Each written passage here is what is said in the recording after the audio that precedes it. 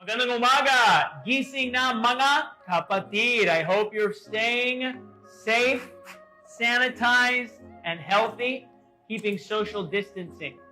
Today I want to talk about our worth. Where do you get your self-worth? Where do you get your value? Who tells you what you're worth? Let's turn our Bibles to Philippians chapter 1.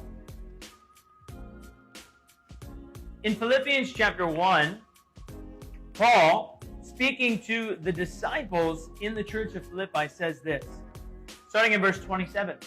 Whatever happens, conduct yourselves in a manner worthy of the gospel of Christ. Then whether I come and see you or only hear about you in my absence, I will know that you stand firm in one spirit, contending as one man for the faith of the gospel. Paul commands the disciples of the church of Philippi to conduct themselves in a manner worthy of the gospel of Christ. What is your self-worth? Anything is worth what people are willing to pay for it. If I were to try and sell you these jeans, and I said, hey, you can buy these from me, you just got to pay me 50,000 pesos. I hope no one would pay me that much for a pair of jeans. Why? Because they're not worth that, because no one's willing to pay that. It's the same for you.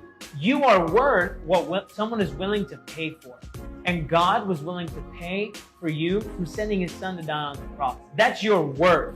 And so Paul, speaking to the disciples, says, whatever happens, be it good times, bad times, coronavirus, Spanish flu, the Black Plague, whatever happens, you get a promotion, you get fired. In all circumstances, conduct yourselves in a manner worthy of the gospel of Jesus Christ. You see, the gospel is something that is of great value.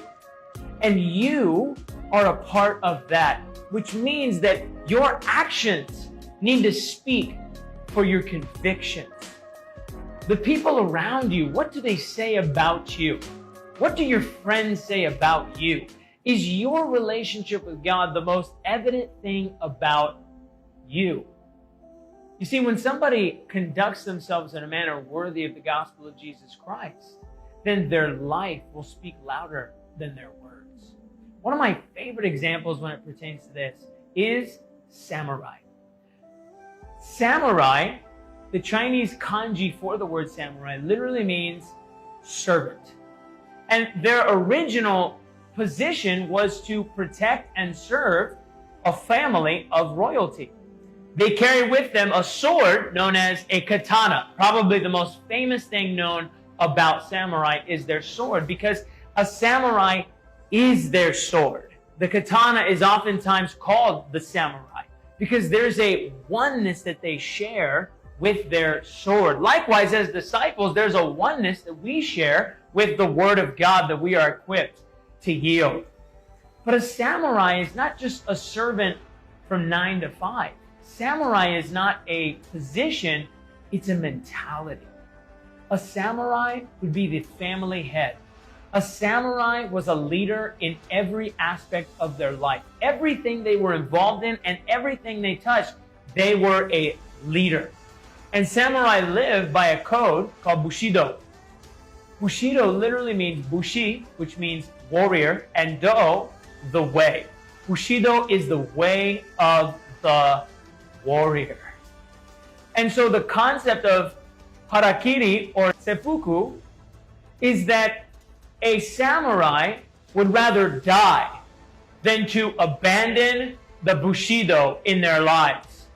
And so the concept of them killing themselves if they were going to face defeat was that they would have victory even in the midst of defeat. That though they may have lost the battle, they did not sacrifice Bushido. They did not sacrifice their convictions for who they are. Likewise, Paul says, do not sacrifice your convictions, but always conduct yourself in a manner worthy of the gospel of Jesus Christ. And so though the samurai in itself doesn't come from Christian values or a Christian culture, it is a spirit to be imitated. It is an example for us to imitate. that they likewise believe that no matter what happens, I need to conduct myself in a manner that is worthy of the code of Bushido. My challenge for you is that during this quarantine, conduct yourself in a manner worthy of the gospel of Christ. That your actions speak louder than your words. That as your family sees you and they're around you, that your Christianity will be more evident than it ever has been before, and that through your example of serving and pouring yourself out, they will see the Christianity inside of you. And so during this time, conduct yourself in a manner worthy of the gospel of Christ. That's your value, is that you have been set apart to be like Jesus. And that is the dose. We're going to get into the Word of God, and that is Sarap Especial Araw-araw. No, how do kids learn how to walk? They just do it.